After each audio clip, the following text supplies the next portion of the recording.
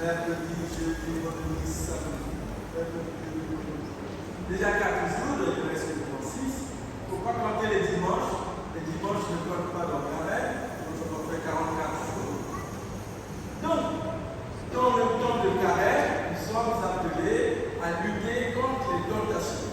La plus grande tentation, c'est d'oublier Dieu, de condamner Dieu, de juger Dieu, de négliger Dieu, d'accuser Dieu.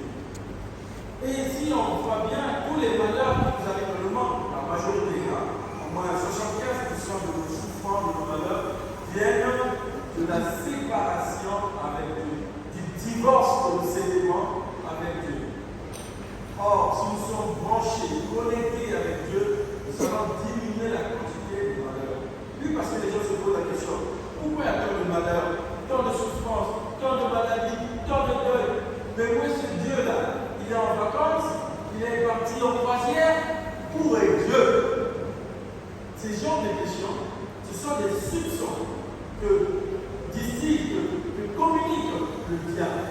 Le diable, c'est du latin, diabolos, c'est-à-dire celui qui divise, celui qui vient de diviser de Dieu, et même de nous-mêmes, et avec les autres.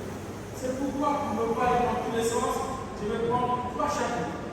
Chapitre A, Dieu, chapitre B, l'homme, la femme, et chapitre C, le diable. Chapitre A, oui, c'est Dieu d'abord. Celui qui a l'initiative. D'ailleurs, si Jésus est parti aussi au désert, c'est l'Esprit de Dieu qui l'a poussé. Nous aussi, nous sommes animés par l'Esprit. C'est-à-dire que Dieu a mis en nous son Esprit. Il y a quelque chose de divin en nous. C'est pourquoi nous ne sommes pas n'importe qui, nous ne sommes pas n'importe quoi. Il y a la chose de Dieu. Nous sommes comme une banque de Dieu, un trésor de Dieu. Il y a la matière de Dieu en nous. Nous sommes des véhicules, des sanctuaires, des temples. Et que fait l'Esprit? L'Esprit, il verse l'amour de Dieu en nous. L'amour, c'est de l'énergie. L'amour, ce n'est pas des sentiments. Parce que le sentiment, si on reste au niveau du senti, il fait chaud, il fait froid, c'est du senti. Et ça peut mentir. Alors que l'amour ne s'arrête pas. Et l'amour, ce n'est même pas l'amourette. Allez, c'est pas les amourettes. Parce que les amourettes, je t'aime à Bibi, non, je t'aime le matin, à midi, tu donnes le bac, et puis le soir, dégage. C'est l'amour qui s'arrête. Et l'amour reste. Et l'amour qui s'arrête, elle les arrête, et les arrête, ça pique. Un vrai amour ne pique pas. L'amour est durable. Ce n'est pas un CDI, un contrat à durée indéterminée. Non, c'est un CDI. Ce sont des cœurs à durée indéterminée. Donc Dieu nous donne son cœur. Nous mettons notre cœur dans le cœur de Dieu pour que cet amour soit éternel. Ce n'est pas des amourettes. Ce n'est pas des amours qui s'arrêtent. Mais cet amour est versé en nous par l'Esprit Saint. C'est pourquoi Jésus est conduit au désert par l'Esprit Saint. Parce que quand tu as l'Esprit Saint, tu es fort. Tu es rempli d'amour. L'amour de Dieu est rempli dans nos cœurs par l'Esprit Saint qui nous est donné. Romains chapitre 2. C'est l'Esprit Saint qui met du carburant. L'amour, c'est le carburant. Je l'ai prêché ici pendant la nouvelle à Saint-François. L'amour, c'est de l'essence. Mais de l'essence qui vient du ciel. C'est l'essentiel. L'amour, c'est l'essence. Ce dont le monde a besoin. Les gens se battent. Les gens se cassent la gueule, parfois se divorcent. Mais pourquoi? Il n'y a plus d'amour, il n'y a plus d'essence. Les choses vont mal. Pourquoi la Russie et l'Ukraine se battent? D'après vous? C'est pas parce qu'ils veulent exercer leur âme. Il n'y a pas d'amour. Et quand il n'y a pas d'amour, c'est les missiles qui prennent la place. Et il y a d'ailleurs un missile qu'on appelle Satan 2. Excusez-moi. Il y a un missile très grand. Celui-là, quand tu vas partir, les amis, c'est comme ça maintenant. Un missile appelé Satan 2. Et celui qui a planté Jésus s'appelle Satan 3. Donc il est terrible. Il envoie du poison pour nous diviser.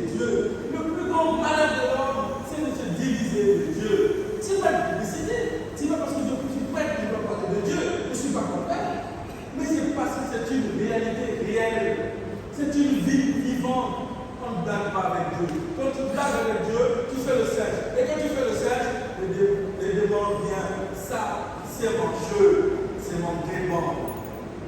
Parce qu'il aime jouer avec notre vie. Il joue avec Dieu. Et il veut jouer avec nos familles, avec nos filles. Le Satan, ce n'est pas une invention des curés, hein. Ça existe, hein. Et donc Dieu se présente. Mais Dieu, il est où? Il se définit, il se présente. Mais c'est moi, il dit aux enfants d'Israël, c'est moi qui vous ai délivré.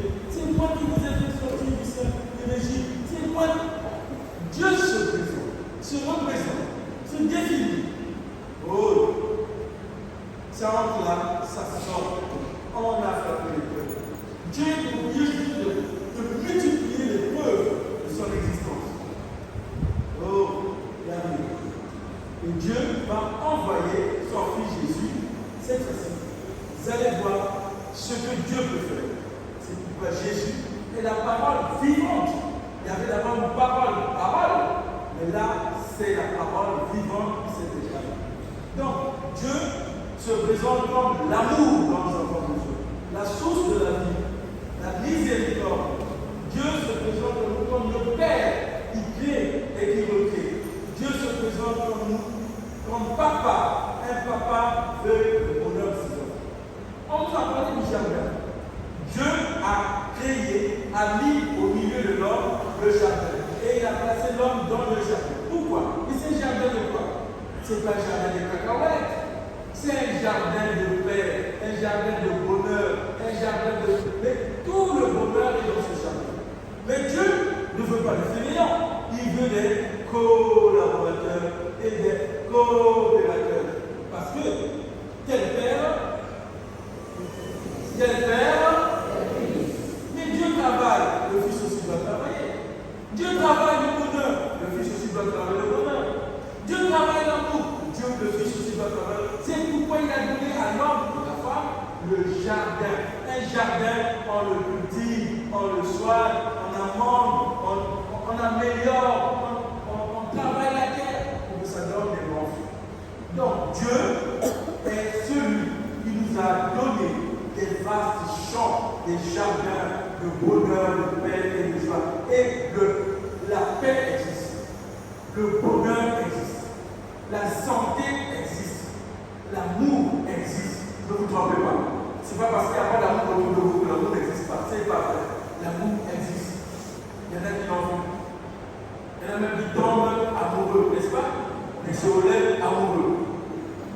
L'amour, la vie existe. Et c'est dans ce champ, c'est dans ce jardin que Dieu veut que nous soyons fonctionnaires, que nous soyons connectés ensemble. Donc Dieu, c'est celui qui veut la paix, la joie. Il ne fuit pas le malheur.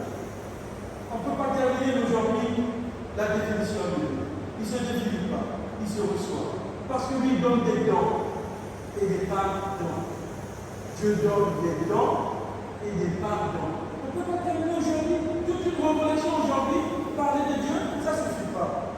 Il faut du jour au jour. C'est dans sa parole, c'est dans sa parole de Dieu qu'on le découvre. C'est pourquoi vous devez, et moi avec vous, avoir une Bible. C'est la Bible, c'est une parole, ce n'est pas toute la parole. Les religions, les églises qui nous attaquent, qui nous critiquent dans la Bible, ils se trompent, elles se trompent. Parce que la Bible n'est qu'une partie, tout n'a pas été écrit dans la Bible. Tout n'a pas été écrit dans la Bible. Excuse-moi, je pense que peut-être qu'il y a des extraterrestres, on ne sait pas, qu'on en parle pas dans la Bible. On parle des esprits, hein, des cieux. On parle des esprits des cieux. On parle des cieux. Il y a des réalités que nous ne voyons pas. Des réalités invisibles qui existent. Il y a déjà des anges qui existent que nous ne voyons pas. Mais nous pouvons sentir leur présence. Ce sont ces esprits-là qui ont donné à manger à Jésus. Vous imaginez un Jésus, un ange qui apporte un plat de homard et du pain à Jésus, c'est une réalité qui existe que nous ne voyons pas. Donc Dieu est une réalité suprême qui existe, qui veut notre bonheur. Et l'homme est le jardinier à qui est confié le bonheur. Malheureusement, il y a un jaloux, il y a un méchant. Il est symbolisé sous la forme de serpent. Pourquoi? Mais parce que le serpent, quand on le voit, il marche debout. Hein? S'il marche debout, pourquoi il ne peut pas faire les serpents avec vous? Pourquoi il ne peut pas faire le footing avec vous? Pourquoi il ne fait pas la course avec vous? C'est parce que, écoutez bien, il est hypocrite, lâche et méchant. Je comprends. Le serpent est hypocrite, lâche et méchant. C'est pourquoi il est grand, il n'est pas vrai, il ne se lève pas. On peut faire un coucou. Coucou serpent. Il a tellement honte parce que ses effets, ses méfaits, on les connaît sans néfaste. L'image de Satan et du serpent se ressemble parce que c'est ce que fait le diable et Satan. Il fait du mal, mais il se cache. Ici, dans la Genèse, on a dit que le serpent causait avec la femme, avec l'homme. Pourquoi il n'est pas parti chercher la femme? D'après vous. Pourquoi il n'est pas parti chercher l'homme? Parce que l'homme est musclé? Non. Les femmes, pourquoi le serpent est passé par vous? Pourquoi? Mais vous ne le savez pas, vous les femmes. C'est parce que vous êtes le maillon fort. L'homme, il est occupé à autre chose. Il regardait l'harmonie, il veillait à autre chose. Tous les hommes, on est au bar et au foot. Mais la femme, elle est au ministère de l'éducation, ministère de la musique, ministère de l'intérieur. Le diable dit, celle-là, celle qui fait beaucoup de choses, je commence à l'occuper. Parce que l'autre, je vais l'avoir facilement. Mais si j'ai la femme, j'ai tout. Parce que la femme, elle n'est pas tout. Et elle s'occupe de tout. Et le serpent veut s'occuper de tout. Mais l'homme et la femme sont complémentaires. Parce qu'en atteignant la femme, il va atteindre l'homme. Parce que la femme est la complémentaire de l'homme. Et l'homme tient à la femme. N'est-ce pas les hommes? Ils s'aiment bien nos femmes. N'est-ce pas les hommes? Les hommes, vous êtes là? Ils s'aiment bien nos femmes. Vous aimez bien vos femmes. Donc le serpent joue. Il joue et il déjoue. Il met la pagaille. Il met la division. Il met le désordre. Diabolos, diviseur. Et le plus grand commun diviseur. Il divise l'homme avec lui-même. Il te divise toi-même. C'est-à-dire que tu n'es pas bien. Tu n'es pas à l'aise. Et tentative de suicide vient nous. C'est vrai, tu as la décision d'aller te suicider. Et lui dit, allez, tu t'appelles quelqu'un. Allez, quelqu'un, qu'est-ce que tu attends? Je suis du toi, qu'est-ce que tu attends? Allez, allez. La même chose. Et quand on passe, il dit, qu'est-ce que tu attends? Le couplet, il nous pousse au mal. Et aujourd'hui, il y a plusieurs tentations. Il y en a plusieurs. Si on peut en fille, pour un ami, et elle devait s'habiller, mais elle avait des robes pas catholiques. Mon père, est-ce que je suis bien? Et tu ne vois pas que c'est trop bas dans le haut? Bon, c'est la clé de tissu. Mais vraiment, au moins 7 tenues, les 7 tenues n'étaient pas catholiques. Mais pourquoi ça? Mais c'est la tentation de tenter, de faire tenter. C'est-à-dire, aujourd'hui, il y a plusieurs tentations. Et la plus grande aujourd'hui, c'est la négligence de la prière, la négligence de Dieu, la négligence d'aller à la messe, la négligence de pardonner. Beaucoup de tentations de ne pas faire le bien. Et on ne va pas accuser seulement le diable, mais lui, il stimule. C'est le coach, c'est l'entraîneur, il stimule, il pousse, il encadre, il veut que nous arrivions à faire le mal comme lui. C'est pourquoi ce dimanche était dimanche contre la tentation, mais moi je dirais plutôt c'est un dimanche à soigner l'image de Dieu. Quelle image as-tu de Dieu? Pour toi, qui est Dieu? Qui est Dieu pour toi? Que fait Dieu pour toi? Non, mon frère, c'est bien. Ah bon? Tu te rends peut-être pas compte. Va à l'hôpital, va en prison, va ailleurs. Ce que tu as, les autres ne pas. Rends grâce à Dieu parce que tu es debout. Rends grâce à Dieu parce que tu respires. Rends grâce à Dieu. On ne sait jamais. Ne t'éloigne pas de Dieu. Et chaque fois que tu t'éloignes de Dieu, il y a quelqu'un qui s'approche. Parce que la nature a horreur de vivre. La nature ne veut pas que tu sois seul. Alors choisis ou Dieu ou le diable. Même quand tu ne choisis pas, lui te choisit. C'est pourquoi il faut se cacher. Et cela dès le matin. Dès le matin. Dis-moi, à quoi tu penses? Quand tu fais le matin, je te dirai le sport du soir. Dès le matin, c'est vrai, je sentis un peu partout. Dès le matin, c'est le café. Non. à mon café, à mon café. Non, tu vas te voici dans ce café, ta vie spirituelle va se voici. Commence par un signe de Dieu. Je te rends grâce, Seigneur. Toi qui m'as ressuscité, qui m'as fait parvenir au commencement de ce jour. Ne me laisse pas, car tu es mon Dieu. Ce bon chemin, cette connexion est déjà suffisante. C'est cela la connexion. Parce que le diable va te dire, écoute, il y a des poissons qui sont là. Qu'est-ce qu'on peut ton Dieu à côté? Viens manger le pain au chocolat. Il y a des céréales, des coups. Non, c'est une connexion. La première idée, la première connexion, c'est comme la prise dans la maison. C'est comme l'interrupteur. Mets la lumière dans ta maison. Mets la lumière dans ta journée. Mets la lumière dans ce que tu vas faire. Parce que tu ne sais pas, là où tu vas partir, à l'école, au travail, tu ne sais pas qui est là-bas, qui a des pactes, qui a des alliances avec le diable. Vous ne savez pas. Ceux avec qui nous travaillons, je n'ai pas dit pour 4 personnes, on ne sait pas d'où ils viennent, où est-ce qu'ils ont dormi, qu'est-ce qu'ils font comme pratique. Il y a des pratiques. Il y a des pratiques ésotériques, il y a des pratiques sorcières, il y a des pratiques égoïstes, il y a des pratiques jalouses. On ne sait pas qu'est-ce qu'on va te mettre au bureau. On peut te mettre une poupée avec des épées. On peut te mettre quelque chose de l'enfer. Mais il y a la jalousie. On veut ton poste. On est jaloux de ta beauté. On est jaloux de ton excellence, de tes études. Tu es toujours la première en classe. Mais il y a des pratiques, mes amis. Écoutez, nous les maîtres, nous en tirons, nous entendons des choses. On ne peut pas vous les livrer, vous allez faire cette église. Il y a des choses. Il y a des choses dans la société. Il y a des choses. Moi, je l'ai fait, je n'ai pas tant rien. Un monsieur qui vient me voir, mon père, je voudrais arrêter de dire pour moi, mais qu'est-ce qu'il fait? Non, parce que j'ai un sale boulot. Comment tu as un sale boulot? Oui, moi, mon travail, c'est de couper la tête des cadavres. Ouh! Et oui, parce que chaque tête coûte 1700 euros. C'est un boulot, hein? 1700 euros, moi, je ne peux pas te faire par mois. Donc, il y a des gens qui font des sales boulots. Mais toi, il faut que tu te comprennes, que tu sois du côté de Dieu pour ne pas être tenté par le mal. Pour que le mal, le malade, les maladies ne viennent pas. Et il y a des maladies que tu peux éviter. Il y a des maladies qui ne sont pas naturelles que tu peux aussi éviter. Parce que tu te caches en Dieu. C'est Dieu, c'est la force supérieure, la force suprême, la lumière extrême, le nom qui est au-dessus de tout nom. Ce n'est pas une création de Dieu. Ce n'est pas une blague de l'église. On ne blague pas avec Dieu. Mais c'est Satan, c'est le diable qui blague avec Dieu.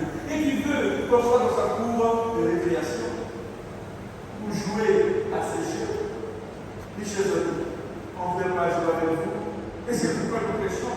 C'est pourquoi nous parlons de la parole de Dieu. Et Jésus a attaqué le diable, a attaqué, a contrecarré le serpent par la parole de Dieu. Ayez la Bible. Même si vous n'avez pas toute sa grande Bible, ayez au moins le psautier, là où il y a des psaumes. Il y en a que 150. 150 psaumes. C'est pas beaucoup. Et chacun de nous a son histoire dans les psaumes. Si vous lisez les 150 psaumes, vous trouverez votre histoire, la mienne, dans la Bible. Chacun de nous a son histoire. Ton histoire est déjà dans la Bible. Tu n'es pas nouveau, tu n'es pas le premier homme. Tu n'es pas le premier Adam, bien que tu as des éléments communs avec Adam. Chacun de nous peut retrouver son histoire personnelle et son histoire avec Dieu dans la Bible. C'est pourquoi Jésus, en tout cas, utilise la Bible. Alors, chers amis, aujourd'hui, allez enlever la poussière sur la Bible, mettez-la sur le téléphone ou au cheveu, je ne sais pas comment, ayez la Bible visiblement avec vous. Parce que cette parole de Dieu, elle repousse le mal. Même si vous ne la lisez pas, c'est pas grave. La Bible, elle est gentille. Elle est cool. Et elle ne coule pas. Ayez la Bible avec vous. Le sujet de la part, c'est déjà beaucoup. Le démon n'aime pas. Et je raconte cette histoire.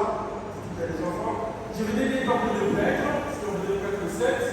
Et le 9 arrive un monsieur. Bonjour mon père. Bonjour. Mais je suis fâché contre Dieu. Encore, contre Dieu. C'est pas possible. Mais qu'est-ce que Dieu t'a fait? Non. Pourquoi il a permis à la souris de manger ma Bible? Donc la souris a bouffé, a mangé toute la Bible de monsieur.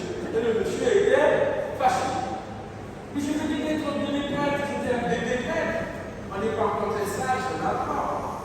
Mais l'Esprit Saint me dit, Mary me dit que la parole de Dieu est nécessaire. Et j'ai dit à ce monsieur, qu'est-ce qu'il y a dans la Bible de Dieu? Oui, mon père, il était dans la cuisine. Qu'est-ce qu'il y a dans la cuisine? Il y a des saucissons, il y a des cacahuètes, il y a des chips. Et cette souris, fais-le-t-il, elle ne mange pas les chocolats, les cacahuètes, les saucissons, elle mange la parole de Dieu. Tu ne trouves pas que cette souris mérite d'être ordonnée prêtre parce qu'elle est très chrétienne? Elle a compris que la parole de Dieu se mange.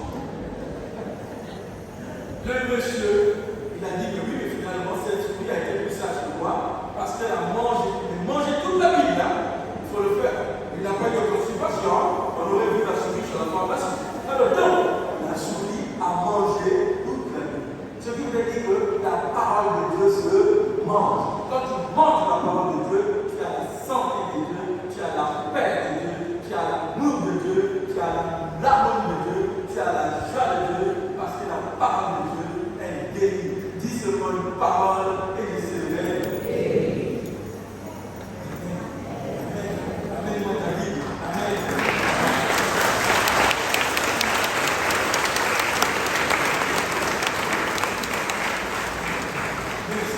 Merci pour cette parole que nous avons ici. Donc, ayez la Bible, même si vous ne la lisez pas. Le fait seulement de la toucher, mais il faut la respecter. Parce que nous, on a fait, quelquefois, il y a des pasteurs, ils mettent la Bible. Alors, la pauvre Bible, il faut avoir des déodorants en permanence. Il ne faut pas qu'elle change de plus de ce sel. Excusez-moi, soyons polis. Donc, il faut la respecter. Il faut la respecter. Et c'est cette parole qui nous sauve. Cette parole nous parle de Dieu. Elle dit que Dieu est amour. Et je termine, cette parole nous dit que chacun de nous est un jardin d'amour. Alors, quand il y a des élèves ici, on va conjuguer le verbe être jardin d'amour au présent de l'indicatif. Allez, je suis jardin d'amour. Tu es jardin d'amour. Il est jardin d'amour. Elle est jardin d'amour. Nous sommes jardin d'amour. Vous êtes jardin d'amour. Ils sont des jardins d'amour. Elles sont des jardins d'amour. Vous imaginez qu'à Saint-François, tout le monde est jardin d'amour, il n'y a plus de problème. Il n'y a plus